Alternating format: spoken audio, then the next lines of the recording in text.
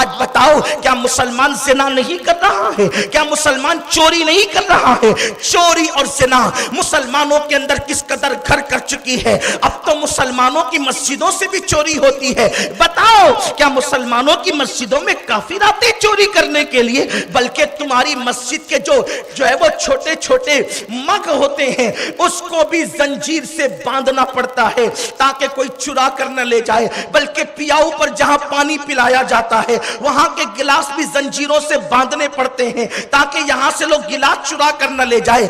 جو قوم پیاؤ پر گلاس نہ چھوڑے، جو قوم مسجد کے استنجا خانے کے اندر استنجا کے لوٹے نہ چھوڑے، وہ قوم کس طریقے سے ترقی کر سکتی ہے؟ مسلمانوں ایک تم ہی تھے، اللہ اکبر، چوری تو دور کی بات ہے، اگر کسی کی گری ہوئی چیز قیمتی دیکھ لیتے تھے تو اس کو اٹھاتے نہیں تھے، اس تصور کے ساتھ اگر میں اس کو گری پڑی چیز کو اٹھا لوں گا اور اس تک پہنچاؤں گا نہیں، اس بندے تک پہنچاؤں گا نہیں، تو قیامت کے دن اللہ کی بارگاہ میں منہ کیا دکھاؤں گا؟ ویسے بھی اسلام کا یہ قانون ہے کہ گری پڑی چیز کو اٹھایا نہ جائے بلکہ اس کو وہیں پر پڑے رہنے دیا جائے۔ وجہ یہ ہے کہ جو چیز وہیں پڑی رہے گی وہ ڈھونڈتے ڈھونڈتے آئے گا تو اس کو اٹھا لے گا۔ یہاں تو حال یہ ہے، ایسی گندی نیت ہو گئی آج کے مسلمانوں کی کہ اللہ اکبر، گری پڑی چیز تو اپنی جگہ ہے، بہت زیادہ مذہبی لوگوں کو بھی دیکھا جاتا ہے کہ ان کی نگاہیں ترچھی ٹیڑھی ہوتی ہے کہ کوئی چیز اٹھا لوں، بلکہ آج کل تو ماں اگر 1 روپے کا سکہ زمین پہ پڑا ہوا دیکھتی ہے تو کان میں بچے سے کہتی ہے اٹھا لے۔ میرے آقا صلی اللہ علیہ وسلم کے غلاموں، یہ 1 روپے کا سکہ قیمتی نہ تھا، لیکن ماں نے 1 روپے کا سکہ اس بچے کو دکھا کر کے کہا اٹھا لے، گویا کہ اپنے بچے کو چور بنانے کا پہلا راستہ دکھا دیا۔ میرے آقا صلی اللہ علیہ وسلم کے دیوانوں، آپ سے پوچھنا چاہتا ہوں ہم کیا تھے اور کیا ہو گئے؟ مجھے ایک بہت پیارا سا واقعہ یاد آتا ہے جو میرے قائد، میرے امیر نے مجھے بتایا تھا۔ واقعہ یوں ہے کہ دلی کی جامع مسجد میں ایک انگریز جو ہے، دلی کی جامع مسجد کے اندر ایک انگریز، دیکھو ہمارا کردار کیا تھا، مسلمانوں کا کیریکٹر کیا تھا۔ ایک انگریز جو ہے دلی کی جامع مسجد دیکھنے کے لیے آیا، اور جب وہ آیا تو کیا دیکھا؟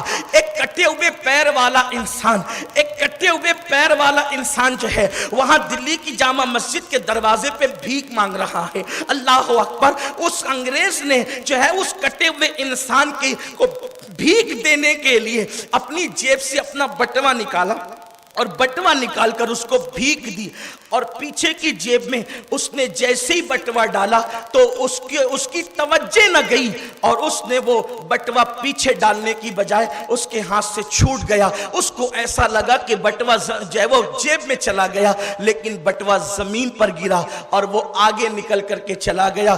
اس فقیر کو یہ پتا چلا کہ جو انگریز نے مجھے بھیک دی تھی اسی کا یہ بٹوا زمین پہ گرا ہے۔ اس نے سوچا اب انگریز تو مسافر تھا، اس لیے کہ وہ تو سیر و تفریح کے لیے آیا تھا۔ اس فقیر نے یہ سوچا اب اس کو کوئی دوسرا اٹھا کر خیانت نہ کرے، اس لیے اس نے اس کو اٹھا کر کے اپنے پاس رکھا، اور روزانہ وہ بٹوا ساتھ میں لاتا، اس کو کھول کر کے بھی نہیں دیکھا۔ فقیر تھا لیکن دل کا مالدار تھا، فقیر تھا، بے عزت دنیا سمجھ رہی تھی لیکن دل کا عزت دار تھا۔ ہاتھوں کی کنگالی کوئی کنگالی نہیں ہوتی، دلوں کی کنگالیاں ہوتی ہے۔ ارے کیا سفید کپڑے پہن کر پلسر پر نکلتے ہو چوری کرنے کے لیے؟ یہ نامردی ہے، نامردی۔ جینس اور ٹی شرٹ پہن کر بن ٹھن کر کے کافروں کے میلوں میں جا کر کے چوریاں کرتے ہو، اسلام کو بدنام کرتے ہو۔ توف ہے تمہاری زندگی پہ، نامرد ہو تم، اس لیے کہ مردوں کا کام چوری کر کے اپنے مذہب کو بدنام کرنا نہیں ہوتا، بلکہ بازوؤں کی قوت سے کما کر کے خود کو ترقی پہ لے جا کر پوری قوم کو ترقی پر لے جانا ہوتا ہے۔ میرے پیارے آقا صلی اللہ علیہ وسلم کے دیوانوں،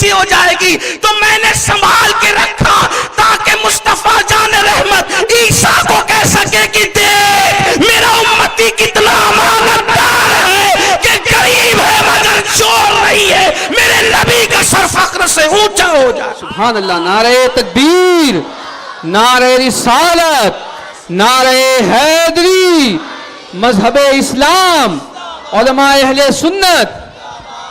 مسلمانوں کیا ہو گیا؟ نبی کے نام پہ جان قربان کرنے کی بات کرنے والوں کیا ہو گیا؟ اس کی فکر نہیں ہے کہ یہ جو تم غلط کام کر رہے ہو، اس فقیر کو یہ احساس ہے کہ جناب عیسیٰ کے سامنے نگاہیں نیچی نہ ہو جائے۔ یہ نہیں سوچتے کہ ہمارے نبی شان والے نبی، ہماری غلطیوں کی وجہ سے کہیں ہمارے نبی کو خدا کی بارگاہ میں خدا کی بارگاہ میں، اللہ اکبر، سوچو تو صحیح، میں کچھ نہیں کہنا، آگے ہمت نہیں ہے میری، کتنی شان والے نبی ہے، اللہ نے ان کو عزتوں سے نوازا، شان سے نوازا، عظمتوں سے نوازا۔ تو سنو سنو، فرمایا جب تم چوری کرو گے اور جب تم زنا کرو گے تو اپنی رحمت تم سے روک لوں گا۔ آج بہت خیال ہے نا خدا کی رحمت کا، کیوں چوری کرتا ہے مسلمان، کیوں زنا کرتا ہے مسلمان؟